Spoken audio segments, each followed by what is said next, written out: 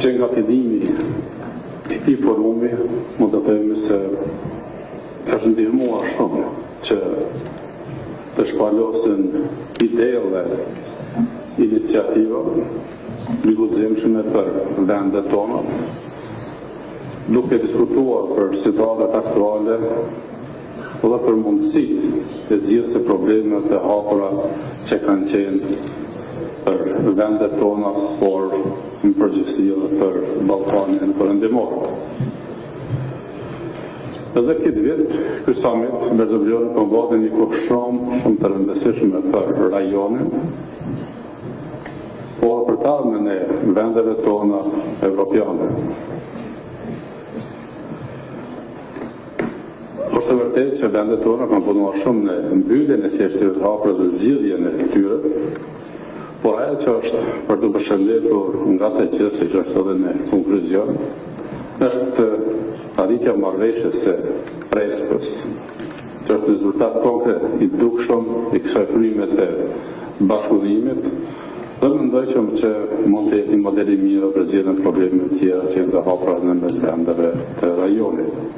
Prandaj edhe një herë edhe nga ky summit I uroj Maqedoninë Veriore dhe Greqi për guximin dhe vizionin që kanë treguar për arritjen e një marrëveshje që është e rëndësishme jo vetëm për Maqedoninë dhe Greqinë, por vlerësoj edhe për të rajonin tonë. Se përket talmes evropiane të Kosovës, ajo që është jashtëzakonisht e rëndësishme për Kosovën është se kemi një opinion publik për mbi 90% në favor të lëvizjes drejt NATO-s, por dhe të Bashkimit Evropian do të është një konsensus I plot edhe politik, edhe ndërretnik, në opinionin publik, por një konsensus I plot I gjithë lidershipit të kosovar.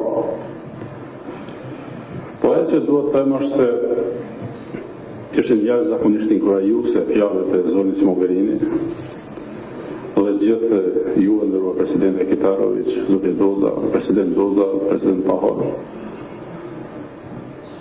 Por ne duhet të kthehemi në realitetin që jetojmë si vendet tona. Realisht Kosova tash një vit apo më tepër që nga viti 2016 ka implementuar në tërësi kriterë dhe standardet, madje 95 për tyre që asnjë vend ajo si ka pas për liberalizimin e vizave. Mirë promocioniteti I vendet të Bashkimit Evropian, shteteve anëtare, pavarësisht për frymës pozitive që ka qenë për bazat e institucioneve të Bashkimit Evropian, ka ardhur një situatë të tillë që Kosova padrejtisht ende mbetet vendi më izoluar në Evropë. Dhe sinqerisht nuk kemi si lidership asnjë përgjigje për opinionin publik për njerëzit në Kosovë, për qytetarët e saj. Kështu që vazhdoj të theksoj shumë hapur se është një padrejtësi, dhe vlerësim tani është diskriminim dhe një ndeshkim, krejt I panevojshëm. Okej, mesi qërshoj dhe vje shumë shpejt, por bes me shpresë se gjërat të lëvizin mirë edhe për vendet tona edhe për negociim, por edhe për liberalizim të viza për Kosovën. Po fare lehtë, kur dëgjojmë disa zëra skeptik të shteteve anëtare, mund ndodhë që do të jemi zhgënjur edhe pas mesit qershorit, që do mos në kjo pjesa që si jemi shtetet e Bashkimit Evropian, duke përfshirë edhe Shqipërinë, edhe Serbinë, edhe Malin e Zi, edhe në pleshtë e Maqedonisë. Sido që tjetë unë do të fokusosha në çështjen që për ju është e njohur dhe kogja shumë edhe familiarizuar dhe që keni përcjellur nga afër. Unë do të përmendoj gjithë për mbështetjen që keni dhënë sarmës evropiane Kosovës. Por natyrisht se është një temë e rëndësishme, mundësia apo dialogu që ka ndodhur mes Kosovës dhe Serbisë. Realisht, ky proces ka ndodhur mes Kosovës dhe Serbisë dhe jo mes Serbisë dhe shqiptarëve,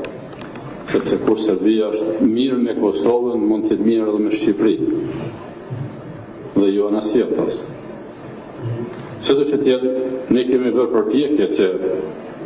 lëvizim drejt një mundësie për arritin një marrëveshje të rëndësishme dhe historike në mes Kosovës dhe Serbisë, por në të njëjtën kohë ka pasur dhe keqkuptime, ka pasur skepticizme, ka pasur opinione të ndryshme të cilat janë reflektuar edhe direkt në proces. Ne shumica që jemi këtu ishëm edhe në summitin e Berlinit.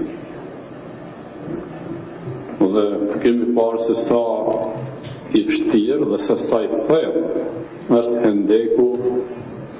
në mes Kosovës dhe Serbisë dhe sa vështirë është mundësia e arritjes së një marrëveshje përfundimtare. Ne kemi shmuar dhe shmojmë shumë vullnetin e mirë të kancellares Merkel dhe presidentit Macron. Por gjithashtu theksoj edhe sot se pas këtij takimi nuk ka pasur diçka konkrete se si do të vazhdohet tutje. Unë do të besoj që Samiti i Parisit do jetë më mirë organizuar, do të ketë substancë dhe do të ketë diçka konkrete që lëvizet përpara. Ende më mba shpresa se këtë vit mund të arrihet një marrëveshje historike Kosovë-Serbisë, ka qenë njerëz zakonisht inkurajuese durimi dhe vendosmëria e zonës Mogherini në këtë proces dhe përsëri ky proces mbetet në kornizat e Bashkimit Evropian. Por ajo që duhet të theksoj gjithashtu se ardhmen e afërt shpresoj se vendet e Bashkimit Evropian do të jenë unike në mbështetje të dialogut Kosovë-Serbi, mos ketë zërat të ndryshëm brenda familjes evropiane siç ka ndodhur në muajt e fundit. Por para se gjithash, do ishte jetik që shtetet që ne themi të kuintit, SBA, Britani, Gjermani, Francë, Itali, tjenë unikë, sepse kemi qenë dëshmitarë të opinionet të ndryshme, të zërave të ndryshme dhe qëndrime plotësisht të ndryshme për të parë pas viteve 99-2000 për zhvillimin e Kosovës dhe raportet me Serbinë. Gjithashtu duhet të them shumë hapur se unë kam qenë të merruar kur para shkurjes në samitin e Berlinit është konstatuar se SBA-t nuk kanë qenë të informuar dhe të konsultuar për samitin e Berlinit. Ju e dini të kaluar në Ballkanin Perëndimor. Pa SBA-t nuk është arritur asnjë marrëveshje. As Daytoni, as Rambujeja, as Ohridi, as Kunçolli e asnjë marrëveshje tjetër. Prandaj për ne është jetike e kuptoj se nuk mund të jetë në tavolinë për arsye se mund të jetë pastaj edhe faktorë të tjerë në tavolinë, por procesi që është zhvilluar deri më tani veçën nga zona e Mogherini Spoku ka qenë i konsultuar dhe i koordinuar ngushtë me Shtetet e Bashkuara të Amerikës dhe faktorë tjerë. Prandaj ky proces i lënduar i dialogut mendoj se ka hapësirë që të përmirësohet në mënyrë që të angazhohemi edhe ju nga vendet e rajonit, duke falendëruar për mbështetje, por e kuptoj edhe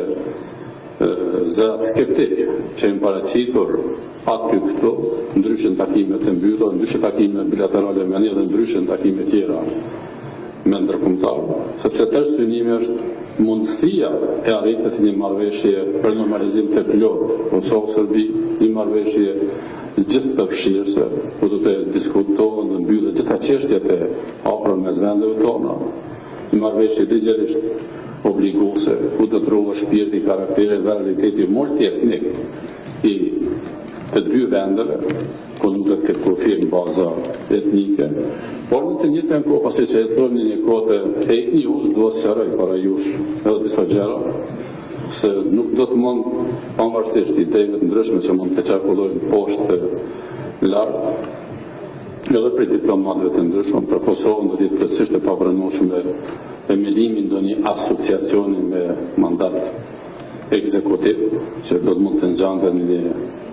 Republikë Serbe në veri, apo të një modeli gjerman sepse nuk mund shkon në një modeli tillë mes Kosovës dhe Serbisë, sepse një modeli tillë do të mund shkon vetëm në rrethana të tjera. Apo të një ide që ju keni ndëgjuar për medium të ndryshme tuaja për një sovranitet të dy veshte. Një marrëveshje e tillë mund të arrihet mes Kosovës dhe Serbisë si vende të pavarura dhe sovrane. Kështu që ne mbesim me shpresë që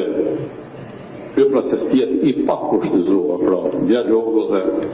ju falenderoj shumë për mbështetjen edhe për angazhimin edhe për lehtësimin e këtyre përkushtimeve që të arrihet një marrëveshje Kosovë-Serbi. Të jeni sigurt se çdo ditë javë apo muaj që kalon pa një marrëveshje të tillë, vetëm sa do të thellohet hendeku Kosovë-Serbi, e me këtë do të mund të ketë edhe reflektime negative edhe në rajon, sepse çdo sa më tepër që shtyhet, aq më